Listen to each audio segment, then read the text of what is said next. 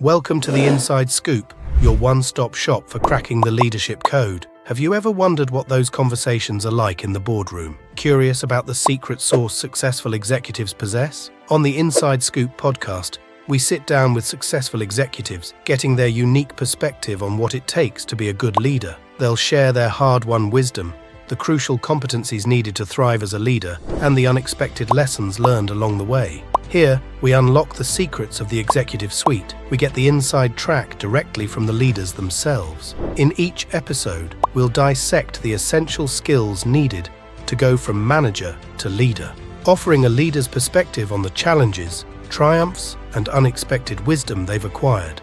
The Inside Scoop, leadership lessons, served fresh. Glad you joined us for this episode of the Inside Scoop. I'm your host, Eduardo Bryant. Today, we have prepared a show for you that, believe me, you do not want to miss. And if you find something in here that speaks directly to you, we encourage that you subscribe and become part of our viewing audience. Now, I want to get right to it because our guest is none other than Mr. Craig Palmer. Now, Craig is a great guy. He is the former Senior Vice President of Sales for CVRX. But what's really remarkable is how he's taken information and woven it together to make changes. Our topic, it's called Strengthened by Your Misses. This podcast is available wherever you get your podcast. So without any further ado, let's welcome our guest in. Craig, welcome to the show. Eduardo, thank you so much for having me. I was wondering if I was ever going to get this opportunity. So thank you for having me. This is fantastic to be here. I'm really excited. You know, the excitement is really on our side, and we are so glad to have you. You know, it's taken time to actually get you booked. You executives are busy. It's not easy to get an audience with you guys. So we appreciate it. Sometimes we can rub elbows with you guys at the national sales meeting and maybe during the cocktail hour before dinner. We can stand there and say, hey, Craig, how are you doing? So I appreciate having some of your time. Well, as I do with all of my guests, I always like to know what they're reading. An executive like yourself, staying on your A game, I'm sure you've got some tools in your arsenal. So share with us, what are you reading right now? So first off, I'm a fairly transparent individual, so I'm not going to say that I'm reading anything as far as a book goes. But I am listening with Audible. The idea of reading books has kind of been transformed, at least for me, into listening to the books and then going back and they have a great feature where you can kind of save or kind of bookmark certain things that you want to go back and read and actually make sure that you're fully absorbing it.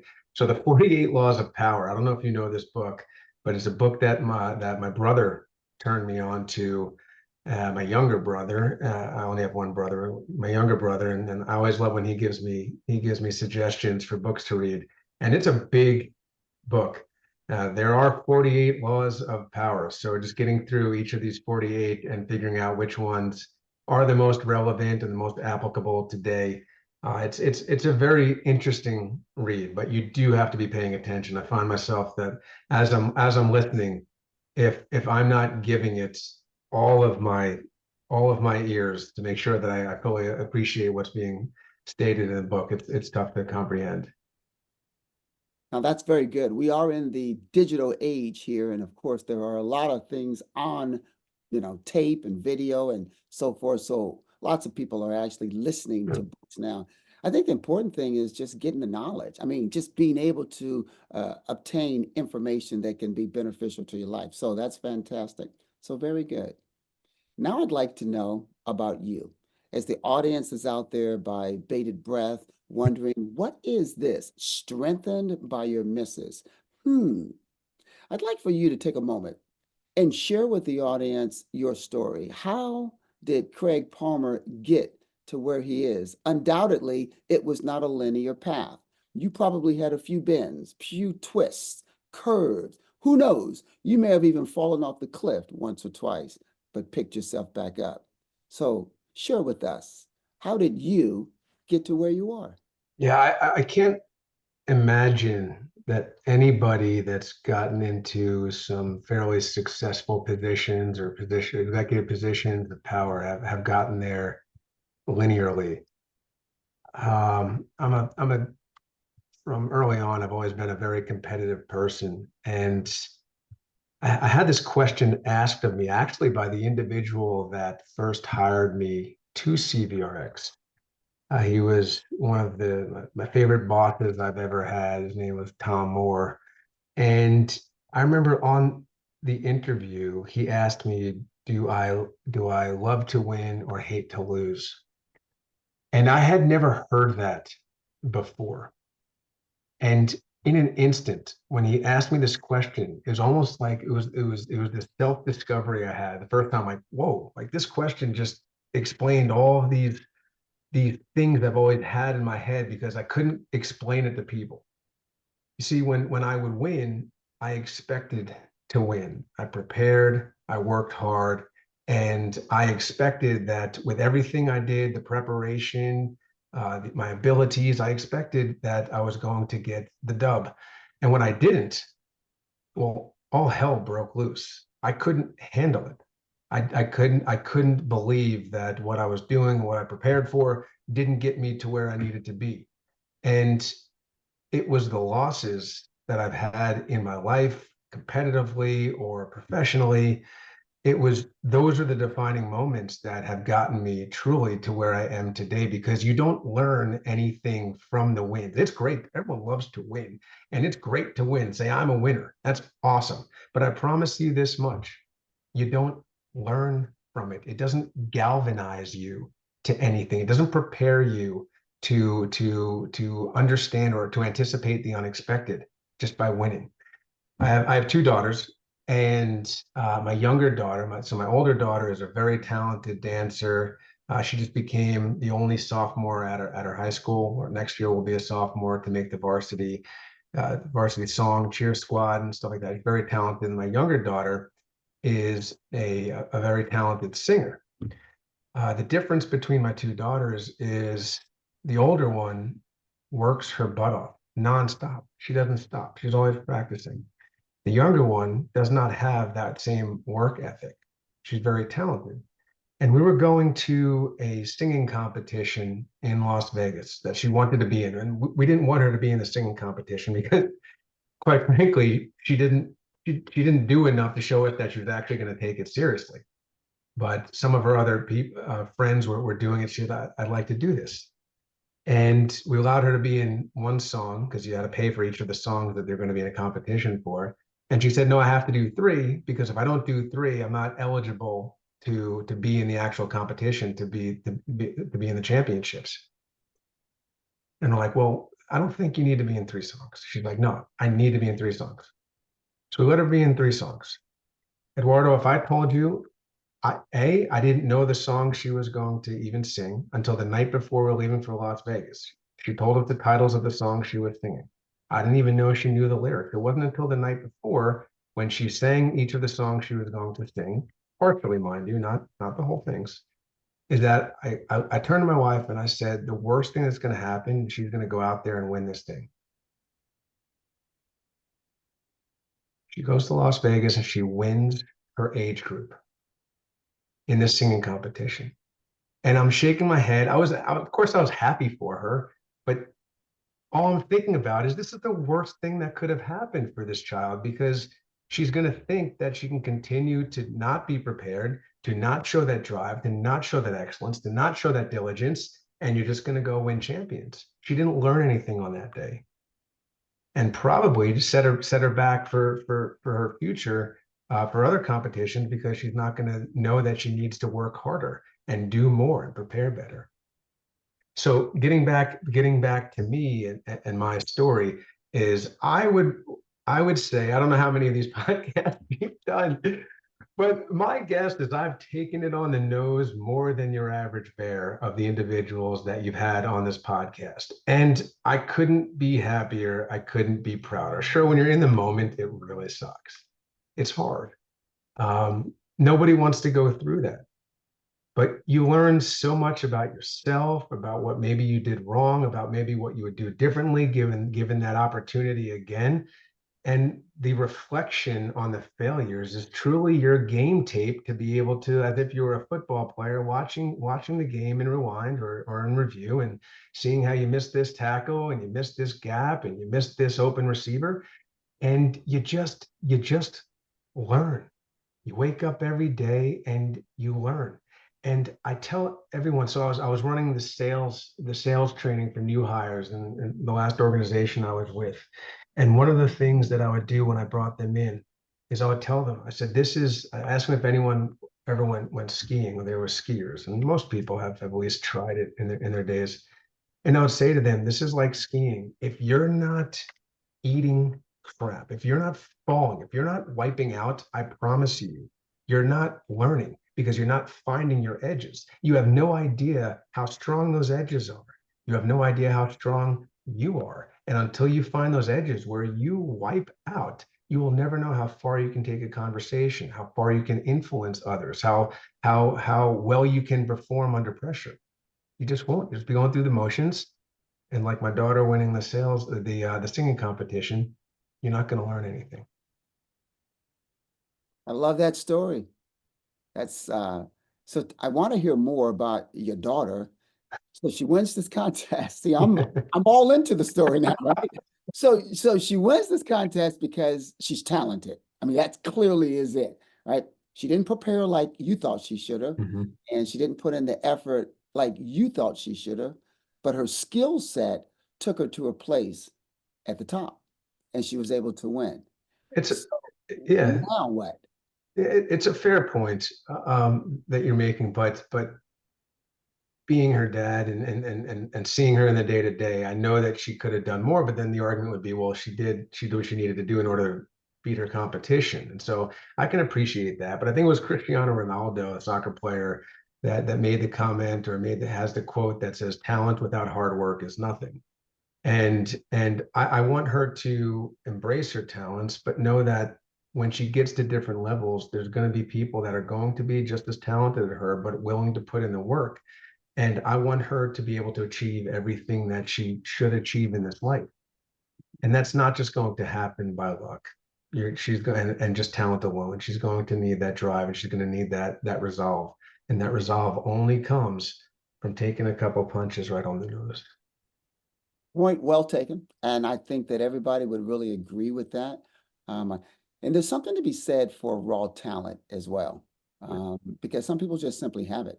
It can be honed and refined, but they have it. Let me share a quick story with you. Mhm. I was in my freshman year doing my undergrad work, and I sat next to a gentleman, front row, by the way, and it was in this class. I did my undergrad work at the Ohio State University. Mm, Here mm.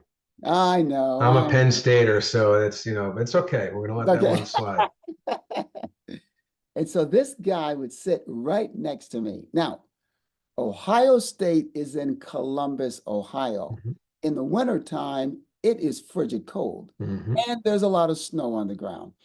This guy would be wearing shorts. I kid you not. We're in parkas. We've got a scarf on. We've got a beanie on our head.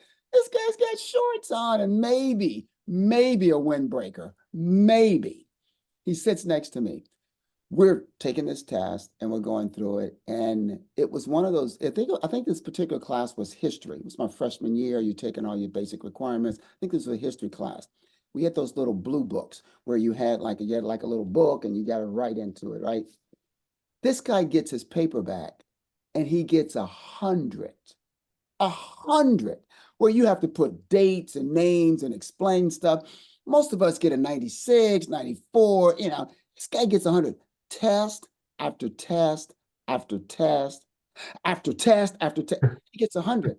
I'm like, Right. how are you doing this? He goes, I just have a gift of taking tests. Just, I don't know. It's just, I can just take a test and get a perfect score on it.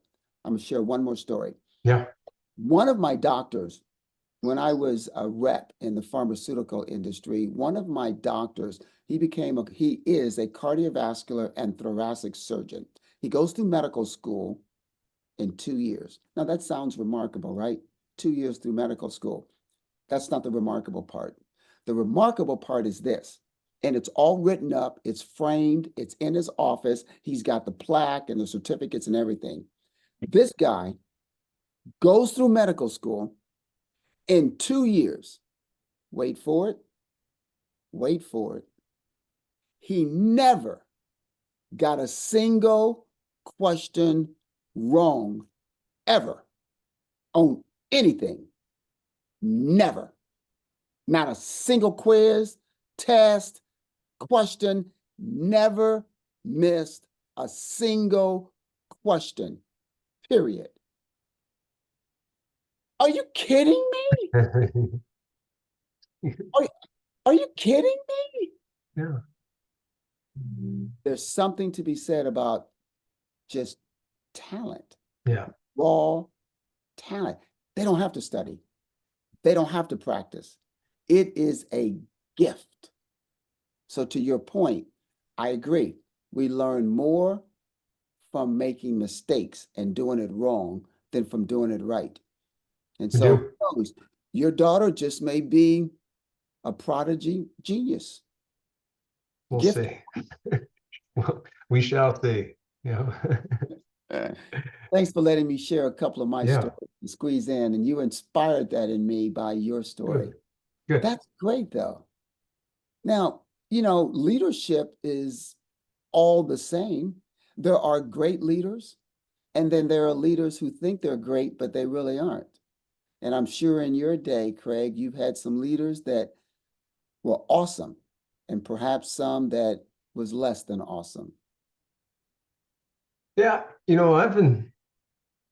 This is an interesting topic. And I've been thinking through this a lot recently. And because I'm constantly trying to self-reflect and ask myself, am I a good leader? Am I doing it right? Am I good? Am I bad? How do you know? And it's if you were to ask, I believe, any leader, whether it be in politics or in business, the medical industry, with both you and I have been in and are in, it's tough because I don't think if you polled 100 people, if your organization had 100 people in it, and you polled each of them and you asked them and you started the first question and you just asked, is this person a good leader? Yes or no? Well, you're not going to get the same answer from everyone. And then if you started to drill in, you said, well, do they do this well? Or what do they do well? And do they do this well? And why do you think this is a good job? It's being a good leader. Unfortunately, I feel it's almost like this idea that beauty is in the eye of the beholder.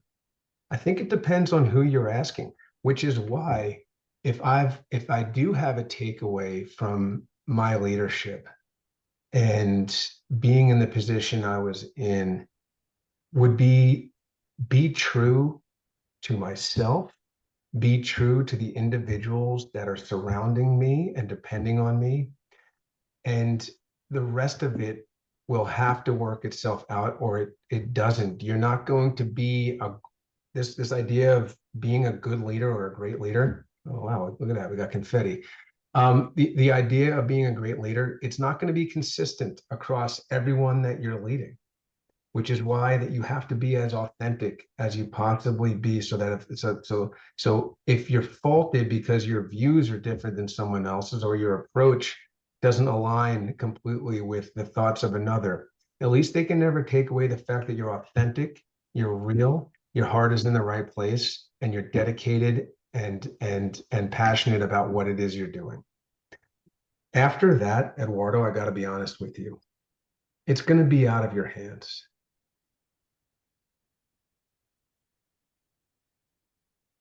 So let's take that for a second. Let's unravel that. Sure. Because you said a lot of good stuff in there. So if we were to take that in bite-sized pieces, for example, some people say, hey, I'm just honest. I just tell it to people straight. And of course, that could come across as abrupt. Yet they may take, as a leader, they may take that on and say, you know what? That's just the way I am. I give it to you straight. I don't have any fluff. I'm just honest. But it could not only be perceived as abusive toward employees, it could also be stressful. And once you Of get to course. that level of it being stressful, now you've got employees who go home and they're like, I don't know, they're taking antacids or they have to take high blood pressure medicine because of the Agreed. stress and pressure at work. Hmm. There's a line there, wouldn't you say, that you got to be careful that this authentic you doesn't cross because, hey, that's just the way you are? Yeah, I didn't mean you can be authentically a jerk, but being true to the mission at hand, if you or the shared goals of the organization. It's just that it's almost like this, like the laws of the preservation of energy, and is that it can't be created or destroyed. And this idea that the decisions you make don't happen in a vacuum. A good decision for one is likely going to affect the outcomes of another. And that's not always internal and external. A lot of times that's internal and internal, where you're trying to evaluate a situation or a dynamic.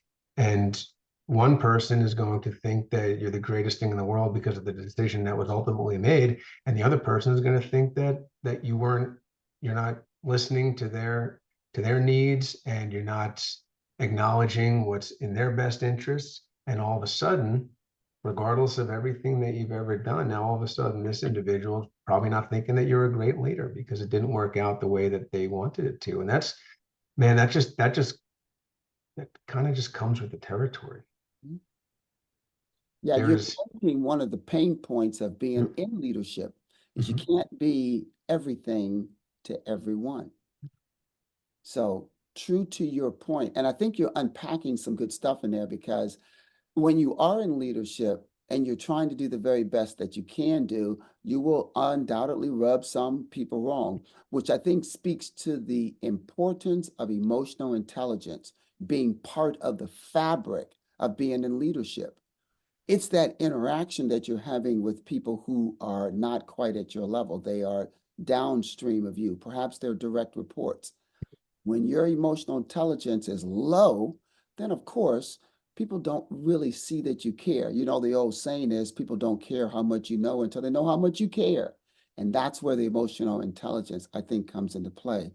It paints the opportunity for you to be that person that says, I am going to be authentic. At the same time, I'm going to be fair because I genuinely care.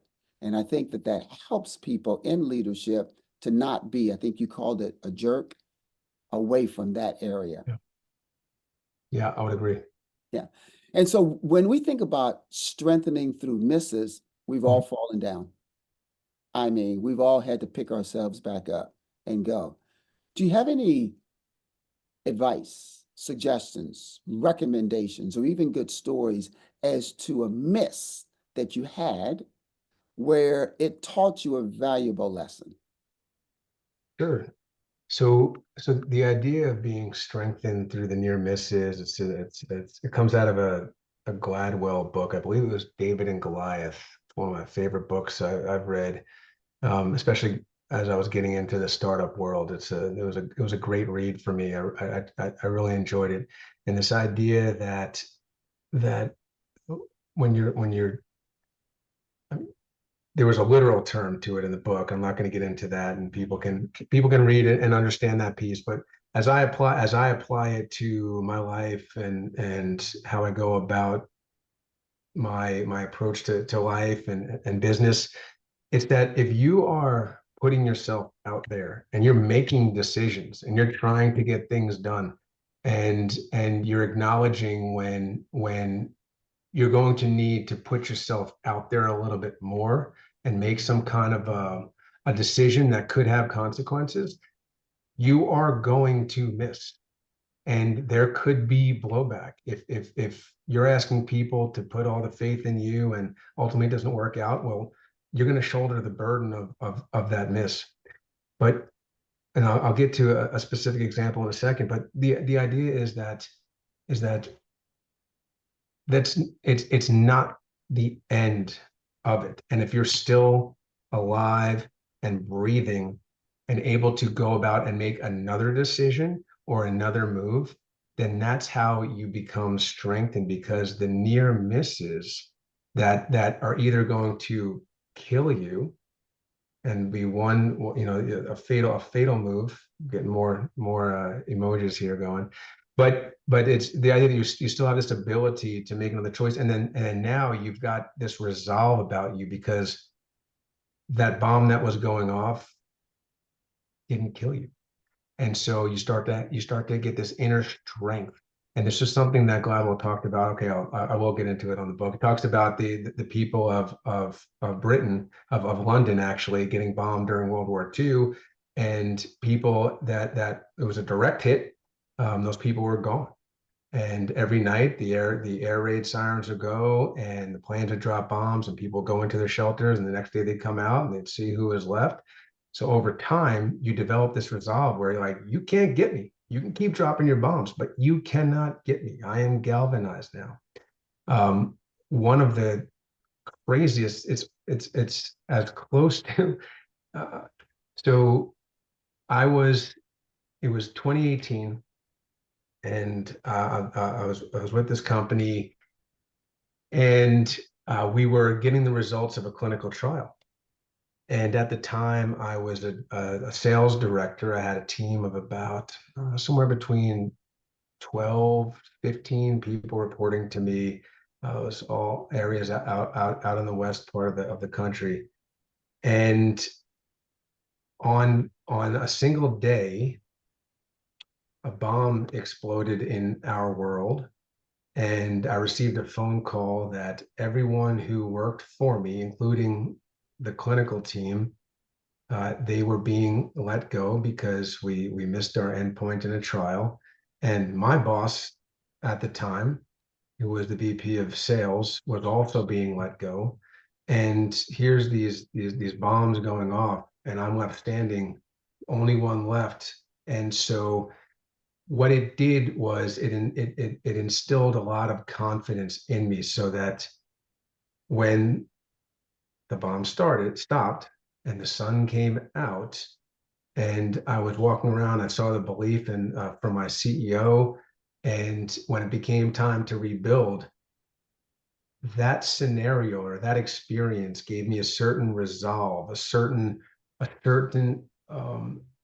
understanding that I remained here for a reason, and I was put here to do something special for the organization.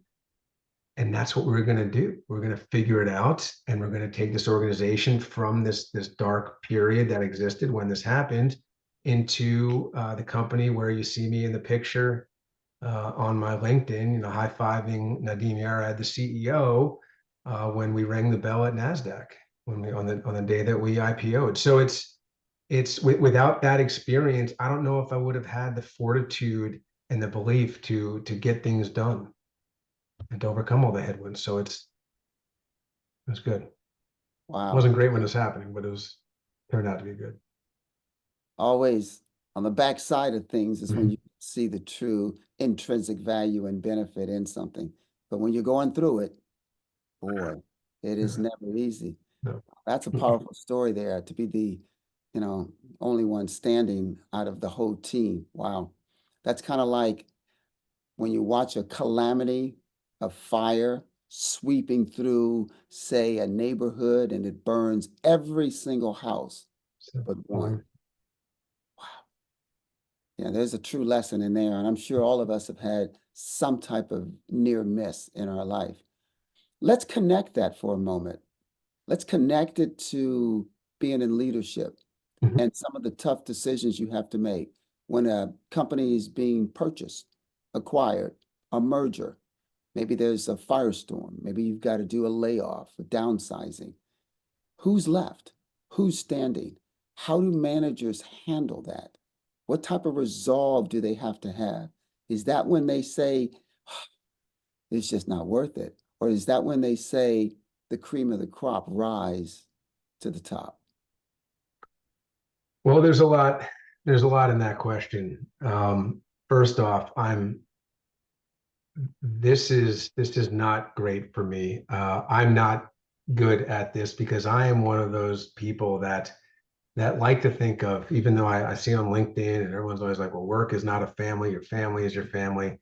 But one of the things coming from the big box organizations that I've worked in, and when I had an opportunity to build something special in a small startup environment, I wanted it to be like a family, and call it right, call it wrong, it doesn't really matter. It's just it's what felt natural and felt right. So when it comes time to having to make difficult decisions about personnel, I, I'm I'm terrible about it because I've seen what the big box companies do to people that have given the best years of their life, all the dedication, all the sacrifice, and something just didn't work out, some kind of realignment, and they're gone. Puff.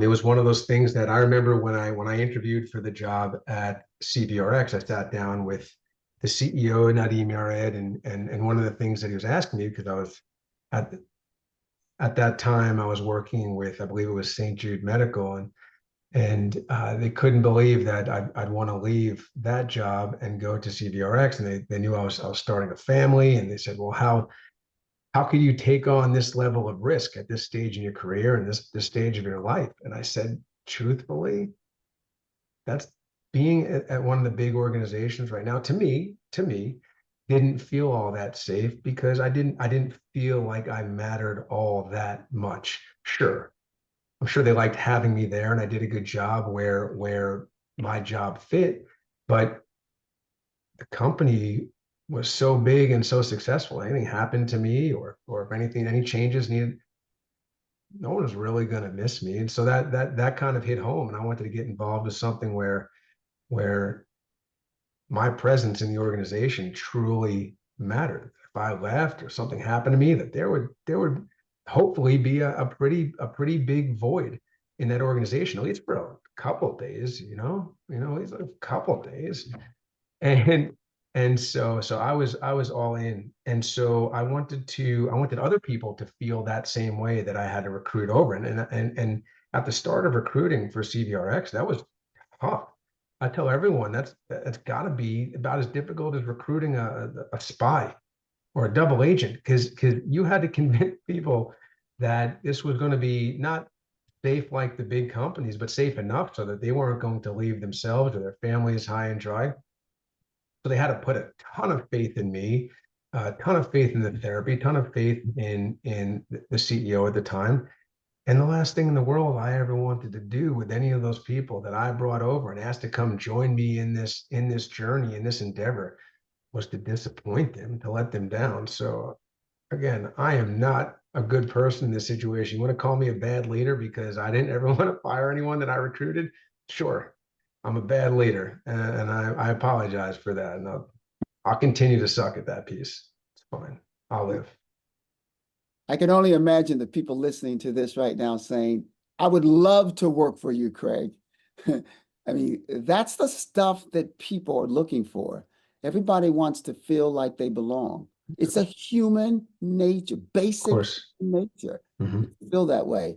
And when you have that kind of a heart, trust me, there's enough leaders out there now who will fire someone in a heartbeat, intimidate them. How about this one?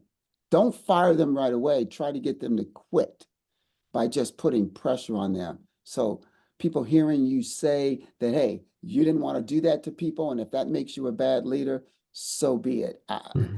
I could share story after story about some of the leaders I've had who had the belief that your people should fear you just a little bit, to whatever Yeah. degree that was. I mean, That made them work harder. Just at times, I'm sure it's necessary. And look, you know, there's people in the sales organization that probably did think I was some scary guy that had all these ideas and requirements.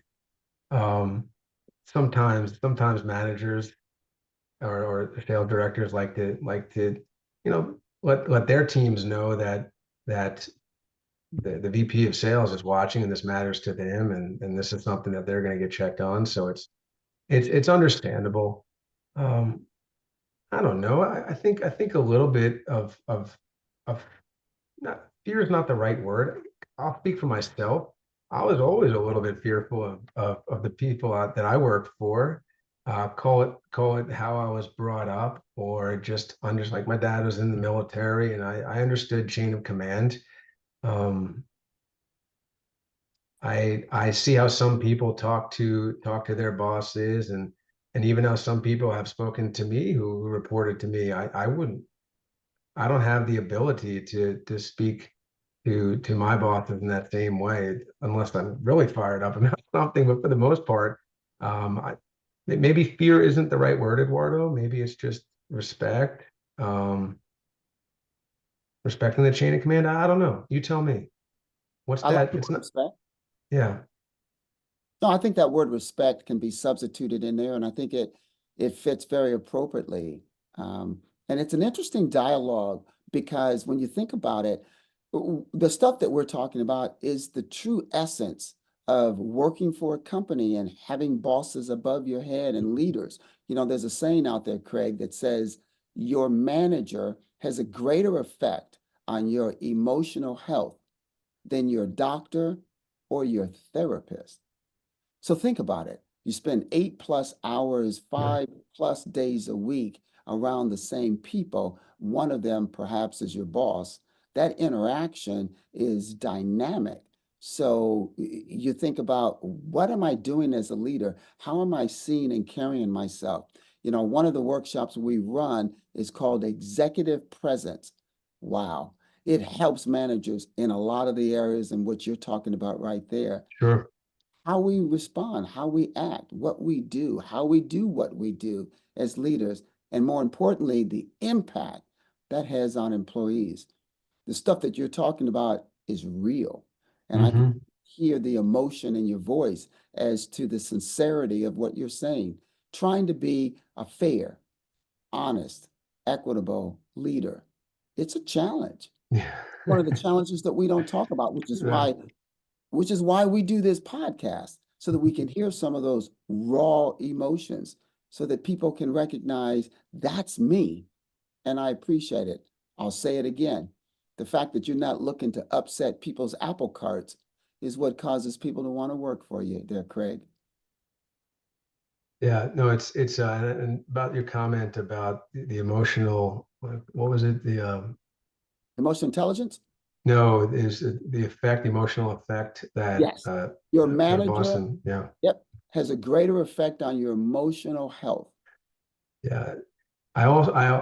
Something that I've learned when I got into sales leadership and management is I wish I wish everyone could have an opportunity, and maybe you can use this in your some of your teachings or ideas, is sales reps should have an opportunity to be a sales leader, be a manager for a week or whatever. And that may sound hokey at first, but I often tell people I would be such a better sales rep now, knowing what I know now, because I feel like I made life hard for my bosses because I didn't go above and beyond to make sure I was giving them everything that they needed.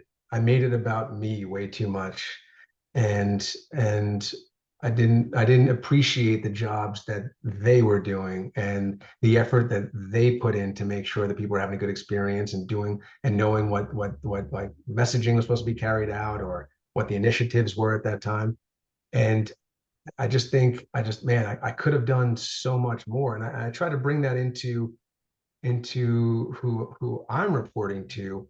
One of the best lessons I received, it was remarkable. I mean, I loved our CEO. He recently retired this past year, and he was someone that the belief he had in me obviously gave, from my point of view, that was all I really needed.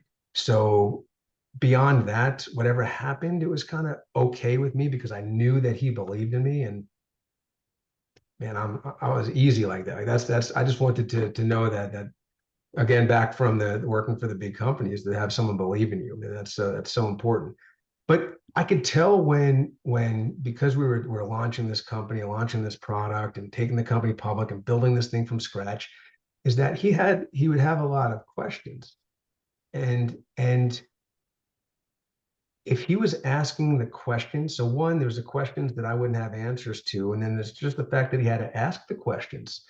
And I would sit back and reflect on that, and I would say, if I'm doing my job correctly, I'm providing him with information so that he doesn't have to ask me a lot of these questions, so that he has faith and understanding and belief that I'm doing all the right things to ensure that we are moving this thing forward and we're prepared and we're building the right infrastructure. And so anytime he had to ask me a question or questions or challenge some of the things that I was doing and I didn't have a good response, I knew that I knew that I blew it. I blew it. I blew it. And I since that first time that happened, or maybe the second time it happened, let's be honest. Maybe that is that I really wanted to do a better job anticipating and showing that I had it. I wanted him to feel confident that I was the right individual for the job, that there was nobody else out there that he would rather have in this position working alongside with him or for him, because he felt 100% confident that I had it and I was his person. I love that. That's great, man. I mean, you have spoken to the hearts of many. Certainly, I picked up a lot of great things there. You know, I mean, I appreciate this conversation. This has been, like I said, it's just been authentic. It's been real. And these types of concepts that we're discussing, they don't get brought to the boardroom very often. I've been to management training, just like you've been to management training, and I've not heard this level of sincerity and honesty and forthright, and just the ability to say, how do we become better leaders, not just in this organization, but just in general? So this has been good. And I want to thank you for taking time to actually come on the program and, espouse some of these great ideas. I want to give you an opportunity just in case there was something that you thought of that you wanted to say, but you didn't. You were thinking about it, but led on to something else. I'm going to give you an opportunity to any last words you'd like to leave the audience or provide the audience. I'm going to give you that opportunity right now. The floor is yours, sir. Oh my gosh, how long do we have? No, first off, thank you so much, Eduardo, for inviting me to be on this. I've enjoyed this. This has been fun to talk through.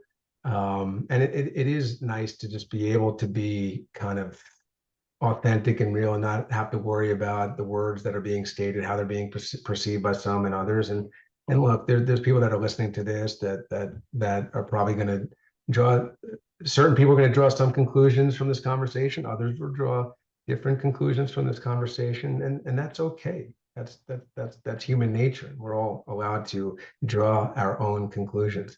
One of the things that in the last couple, um, I had a very unique privilege over the last few years, and that was to be the opening of our global sales meetings when we had them. And this was like my Super Bowl. I loved it. Granted, I didn't sleep much because the anxiety over delivering these 20-minute, 25, 30-minute presentations takes a lot out of you, but I absolutely loved it. And what I wanted to be as authentic as I possibly could. I like to share little things about some times where I've taken it on the nose, and I would try to use some personal experiences, not just about work. Try to color it up a little bit. And I talked about uh, this one time when I was surfing in Pipeline in Hawaii, how I ate it really, really hard, and I tore my pec, and so I kind of talked to people through that and what that was like, and rehabilitating through that. And I talked about when I was a wrestler in high school, and I got my face planted into the mat, and how that was a spark I needed to kind of to do better things and win that match, and then also like put myself in the right headspace. But more than anything is I wanted people to know that there was so much fire and passion and ability in each of them. So that if the stories I was telling or the words I was telling them got them fired up and got them excited and were happy to be here, and they appreciated the fact that someone was going out of their way to actually give them something that they truly could absorb and take home with them, that it made sense for them to come out of their territories and away from their families for 2-3 days, and that they're not just someone's not just standing up there going through the motions, just saying, okay, good job, thank you, you win this award, you win that award, you're the sales rep of the year. I wanted people to know that I was going to give them my all. I was going to give them everything I had. And to prove that, Eduardo, I actually went and got a tattoo of our branding, of our logo, because I wanted to wear the brand of the company that I was representing. Because I'm recruiting people over here to come change their lives. And I wanted to show them and prove to them how in it I was. I wanted them to know that there would never be a doubt that I'd be the most dedicated, passionate, all-in person that they've ever seen in their lives. And so people are asking me now, well, dummy, why would you ever get a tattoo? What, are you going to cover it up? And of course not. This tattoo is forever a memory of the most magical experience of my life professionally. It just, like, when I think about all the things that we did at that organization from the very start through all the ups and downs, and those are the things that I wish for everyone listening on this podcast, is to go out there, think about what you really want to do. What situation do you really want to be in? Are you dreaming of doing something different? And I tell everyone, dreamers dream and doers do. Just keep looking to the sky to fly. If there's other things you want to do, take that chance, jump in and go get it. Because do it today. Okay. Tomorrow is going to keep coming faster and faster and faster.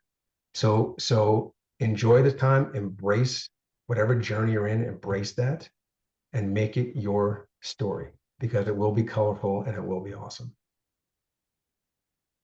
If you ever question, again, why people would want to be led by you, you have missed it. The honesty that you brought is truly strengthening by the misses. Craig, you have nailed it on the head, and I just know that all of the people that work for you are excited to be working for you, because you really are bringing that level of emotional intelligence that is needed in every organization, and certainly with every leader. So I want to personally thank you for taking time to share the stories and to let us know what true leadership really looks like. And I'd like to thank everyone who has been tuned in and either listening or watching this podcast. We appreciate you being here, and certainly look forward to having you again on another episode of the Inside Scoop. Bye for now, everyone. For more exclusive leadership insights, be sure to subscribe to the Inside Scoop on YouTube and Spotify.